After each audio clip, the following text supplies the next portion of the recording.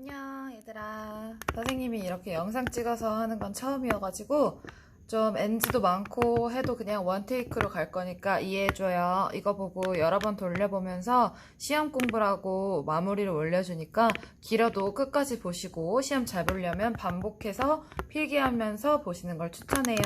시작할게.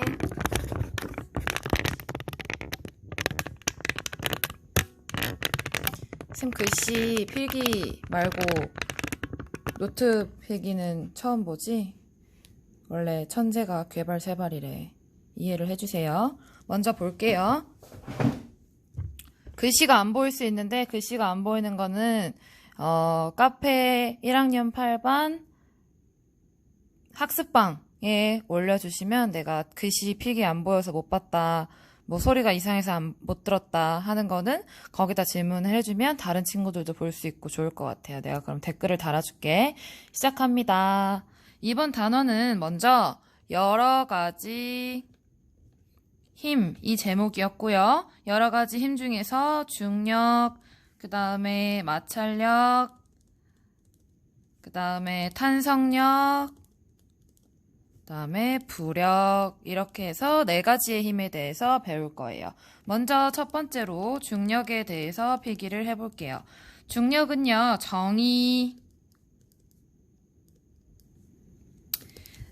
일단은 선생님이 지금 힘을 꽉 줘서 힘들어, 일을 너무 열심히 해서 힘들어 할 때의 힘은 그냥 일상생활에서 쓰이는 힘이에요. 그럴 때의 힘은 사물의 이치를 알거나 깨달을 수 있는 능력 혹은 다른 사람에게 미치는 영향 등의 의미로 주로 쓰여요. 선생님이 말씀이 나한테 힘이 되었어, 너한테 내가 힘을 줄게, 뭐 이런 느낌의 힘. 하지만 과학에서의 힘의 정의는 달라요.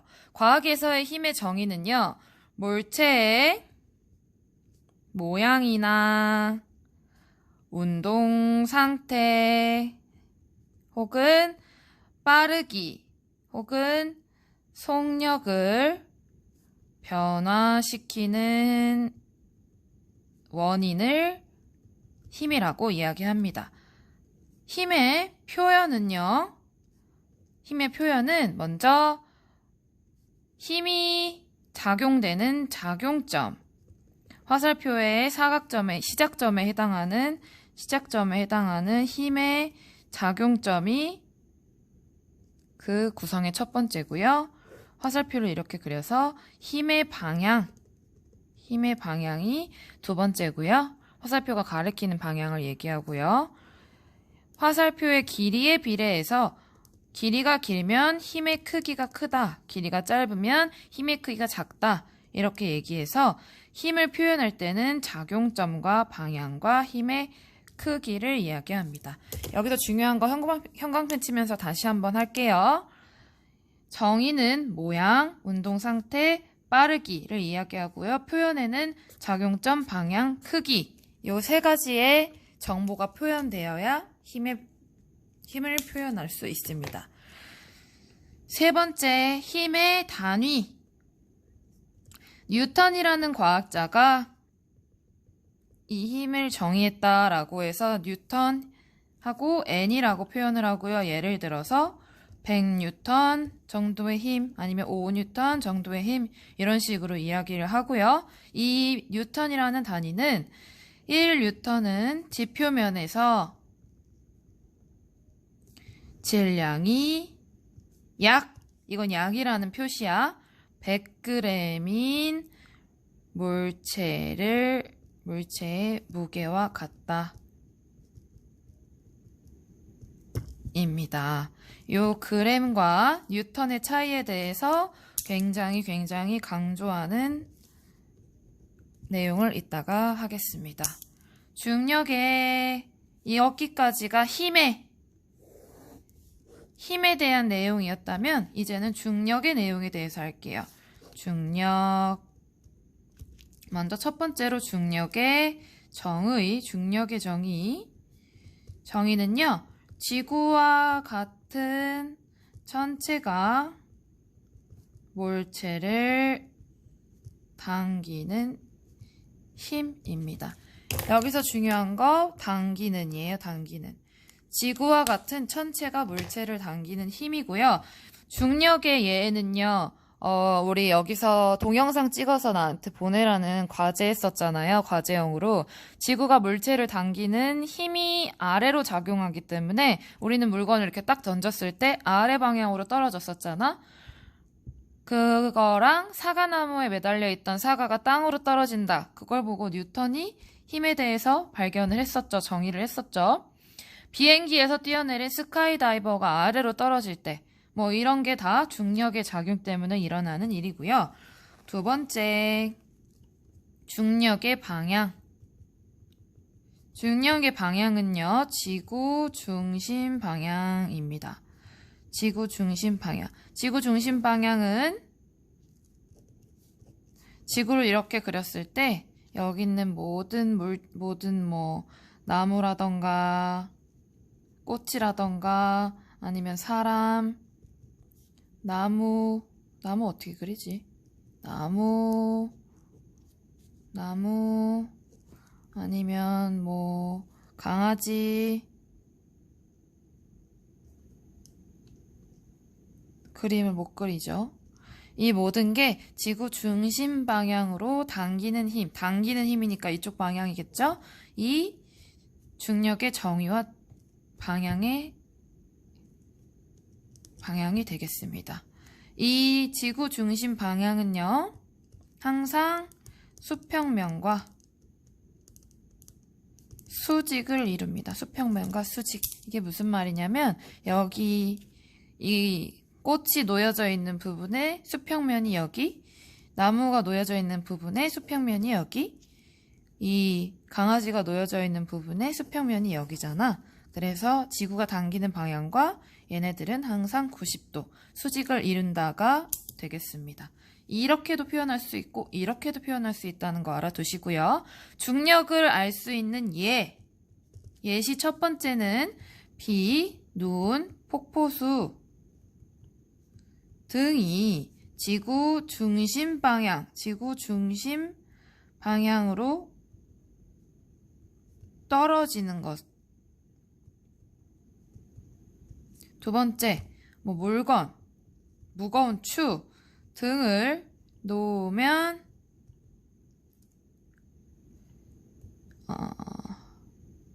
지구 중심 방향으로 떨어지죠. 어머. 선생님 지금 필기 한 개 영상이 제대로 안 잡혔네. 멈춰서 보시면 될 것 같아요. 잠깐 동영상을 멈춰서 떨어지는 것. 선생님 영상 처음 찍어봐가지고 미숙함이 있어도 이해해주세요. 자, 그럼 다음 넘어갈게요. 두 번째, 이 마찰력에 대해서 하겠습니다.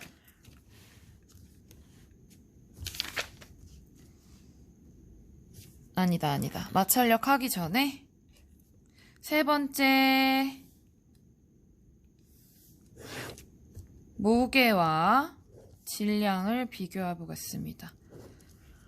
중력에서의 세 번째 챕터 무게와 질량에 대해서 비교를 해볼게요. 무게는요, 일단 정의가 물체에 작용하는 중력의 크기가 되겠습니다. 질량의 정의는요, 장소가 달라져도 변하지 않는 물체의 고유한 양이 되겠습니다. 무게는요, 단위가 아까 얘기했던 뉴턴이 됩니다. 질량의 단위는요, 우리가 몸무게를 잴 때 쓰는 킬로그램, 야채들의 계량할 때 쓰는 그램이 됩니다. 측정할 수 있는 측정 도구는요, 무게는 용수철 저울, 우리 용수철 저울 직접 만지지 못해서, 실험 못해서, 우리 간이로 실험하는 거, 그래프 이렇게 해가지고 비례한다 이런 거 그려가지고 과제형 했었던 거 생각하시면 이때 Y축은 뉴턴이었을 겁니다. 단위가. 그래서 용수철 저울로는 무게를 잴 수 있다라는 거. 두 번째로 체중계. 여기서 질문이 있을 거야. 체중계 우리가 올라가서 재보면 이렇게 체중계 나오고 선생님은 50kg야 믿던지 말던지 50kg에다가 이렇게 킬로그램으로 나오는 걸 볼 수 있는데 얘는 잘못된 표현이에요. 사실은. 잘못된 표현이다라기보다는 실제로 우리의 몸무게는 장소가 달라졌을 때 변하지 않는 값이 아니고 지구에서랑 달에서의 질량을 쟀을 때는 각각있지만 무게를 쟀을 때는 6분의 1로 지구에서의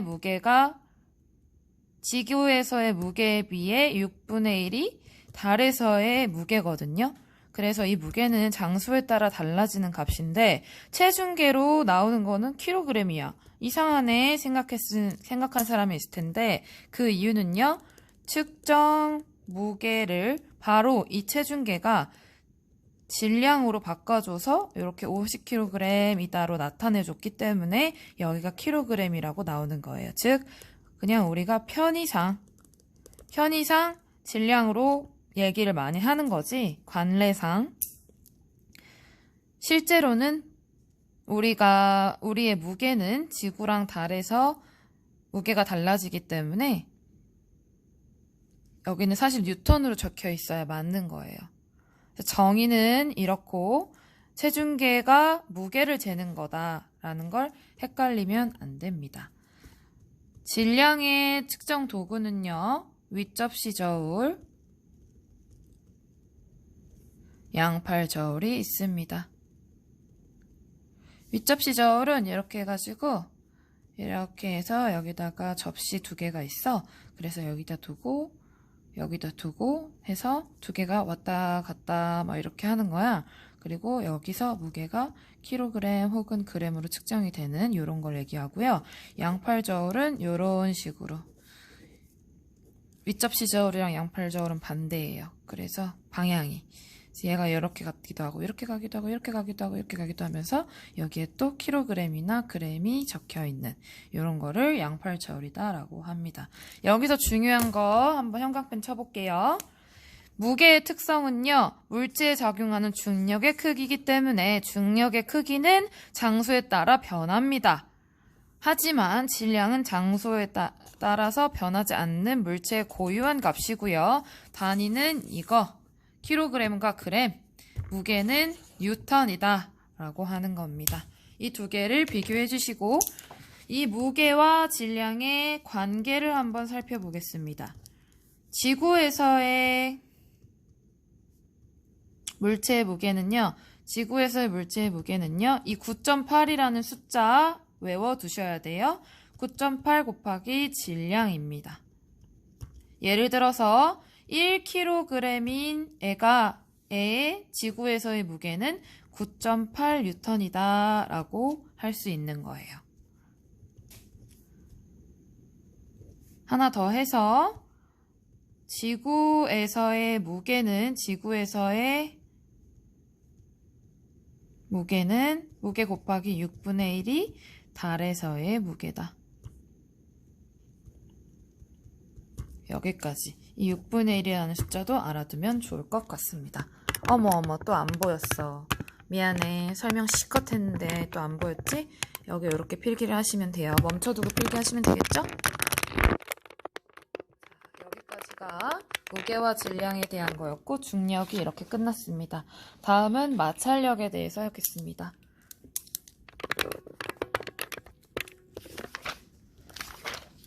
선생님이 형광펜 쳤던 거는 열심히 보면 될 것 같아요.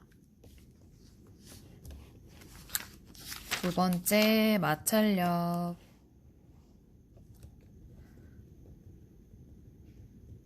마찰력의 정의는요. 두 물체의 접촉면에서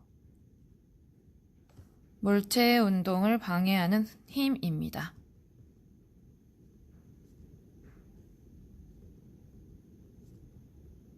그래서 마찰력의 정의 여기다가는 이렇게 써야 되는구나. 로마 숫자 마찰력. 두 번째 방향. 마찰력의 방향은요. 선생님 지금 마음이 급해가지고 퇴근 시간이거든. 그래서 좀 더 말도 빠르고 좀 점점 텐션 다운되고 글씨 괴발 세발이어도 이해해줘. 물체가 운동하거나 운동하려는 방향. 운동을 하면 좋겠지만 운동을 하려는 방향. 무슨 말이냐면 힘을 줬는데 마찰력이 너무 세서 안 움직일 수도 있잖아요. 그랬을 때는 힘을 준 그 방향에 대해서 반대 방향이 마찰력의 방향입니다. 여기서 이 정의는 다 중요하고요. 여기서는 반대 방향이다 라는 거 형광펜 쳐주시면 될 것 같습니다. 마찰력의 크기는요. 표면이 거칠수록 물체가 무거울수록 큽니다. 그런데 이때 마찰력의 크기가 마치 접촉 면적과 관계 있을 거라고 생각하시는 분, 마찰력이 접촉 면적과 비례할 것이다 라고 생각하시는 분이 있다면 틀린 얘기입니다. 실제로 마찰력과 접촉 면적은 관계가 없습니다를 알아두시면 되겠습니다. 네 번째, 마찰력의 이용은 첫 번째로 마찰력을 작게 이용한 경우, 마찰력을 크게 이용해야 편리한 경우, 이렇게 두 가지로 나뉘어요. 마찰력을 작게 이용한 경우에는 윤활유가 있고요. 자기부상열차가 있습니다. 마찰력이 커야 유리한 경우는요. 눈길에 모래를 뿌리는 경우, 바퀴에 체인을 감는 경우가 있습니다. 이 이유에 대해서는 생각을 많이 하시면 알 것 같습니다. 넘어갈게요.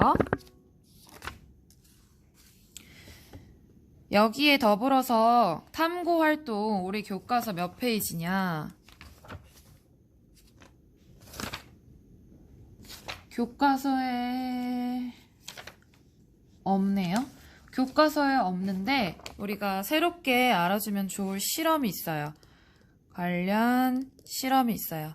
실험에서 각도를 똑같이 했을 때 여기에 놓여있는 물질이 사포였을 때, 플라스틱이었을 때, 나무였을 때 어떤 게 속력이 제일 먼저 떨어지냐를 알아보는 실험을 했을 때 이 실험은요. 여기서 표면이 거칠수록 마찰력의 크기가 많아진다 라고 하는 것과 관련된 실험입니다. 이랬을 때 정답은 생각을 해보면 알겠지만 사포가 제일 늦게 떨어지고요. 그 다음 나무가 제일 늦게 떨어지고 그 다음 플라스틱이 제일 일찍 떨어져요. 그래서 재질을 거친 정도가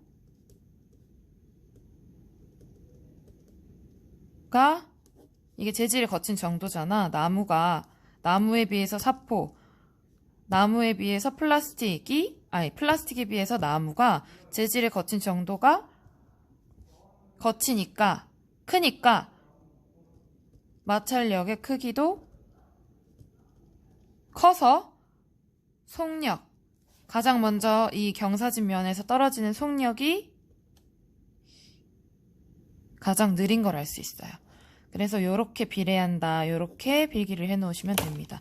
여기서 중요한 거 사포, 나무, 플라스틱이 재질의 거친 정도, 마찰력의 크기, 그리고 속력과 어떤 연관성이 있는지를 알아두시면 되겠습니다. 여기까지가 마찰력의 내용이 되고요. 세 번째 내용 탄성력 가겠습니다. 여기까지 됐죠? 여기까지 이렇게 필기를 하시고요. 세 번째 갈게요.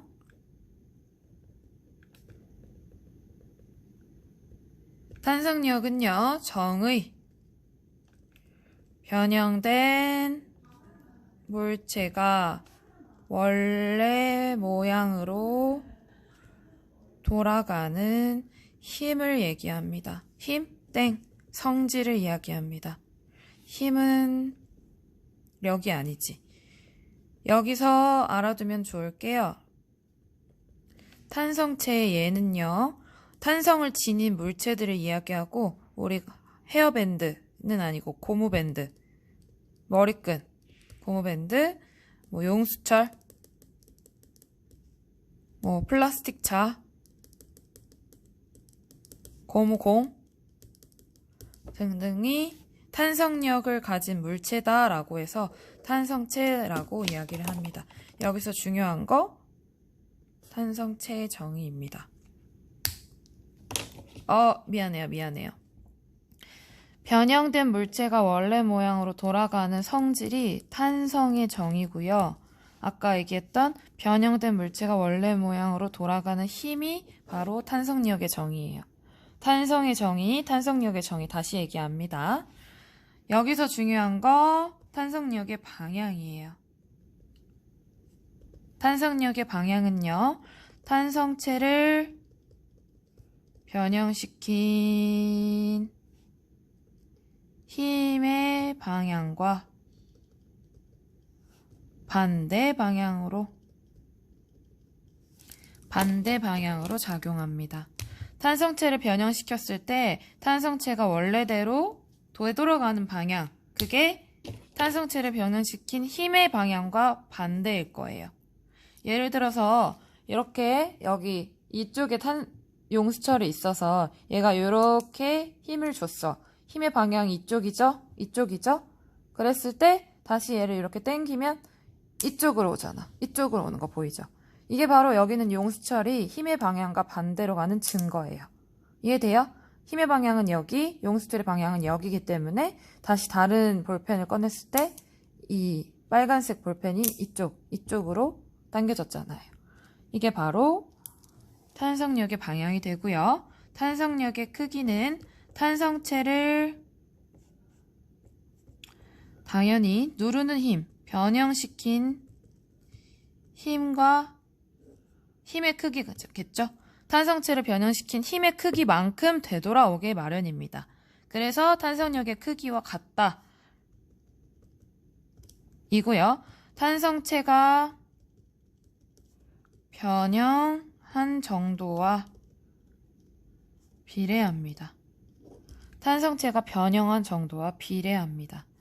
여기서 중요한 거 탄성체를 변형시킨 힘의 크기와는 같다. 변형된 정도와는 비례할 것이다. 라는 거에 형광펜 쳐주시면 될 것 같습니다. 여기까지가 탄성력이고요. 네 번째 부력 간단하게 하고 넘어갈게요. 여기까지 탄성력이었습니다. 자, 네 번째 마지막 부력. 부력의 정의. 이제 여기까지 하면 뭔가 패턴이 보이죠? 부력의 정의는요. 액체나 혹은 기체. 다들 액체만 생각했을 텐데 기체도 부력의 주인공입니다. 기체가 기체 속에 들어있는 물체를 위쪽으로. 근데 이 위쪽이 어느 정도냐는 이따 얘기할게요. 위쪽이 어떤 기준이냐라는 거는 밀어 올리는 힘입니다. 부력의 방향은요. 중력, 여기서 중력이 나옵니다. 지구 중심 방향이었던 중력이 중력과 반대 방향.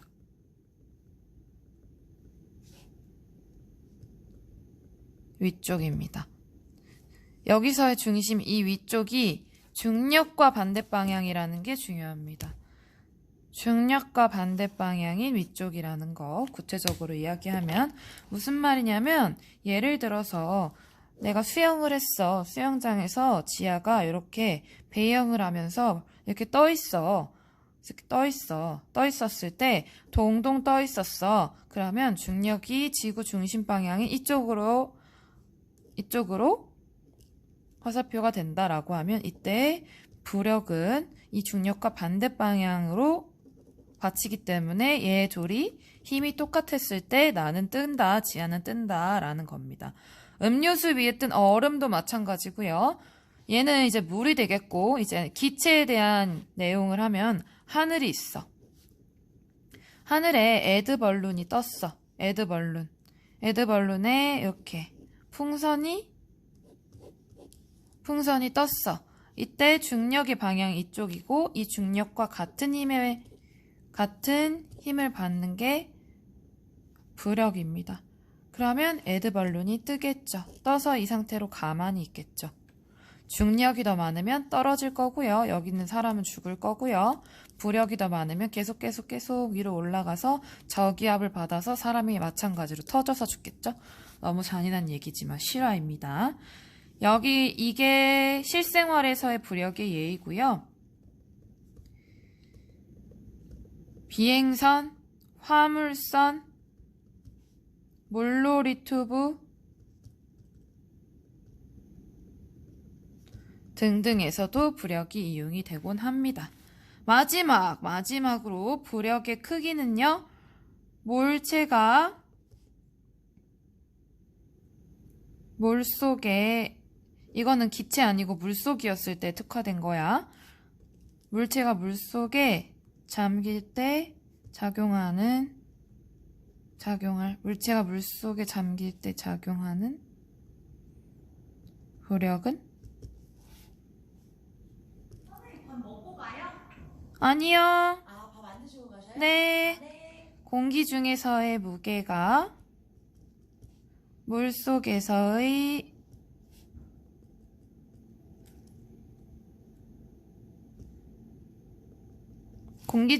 무게가 예를 들어 10뉴턴이었다라고 하면 이때 무게니까 뉴턴이라는 거 단위가 중요하고요. 물속에서의 무게가 5뉴턴으로 줄었어. 그러면 이때는 부력이 5뉴턴이었을 거다. 이렇게 계산할 수가 있는 겁니다. 뭐 이 정도?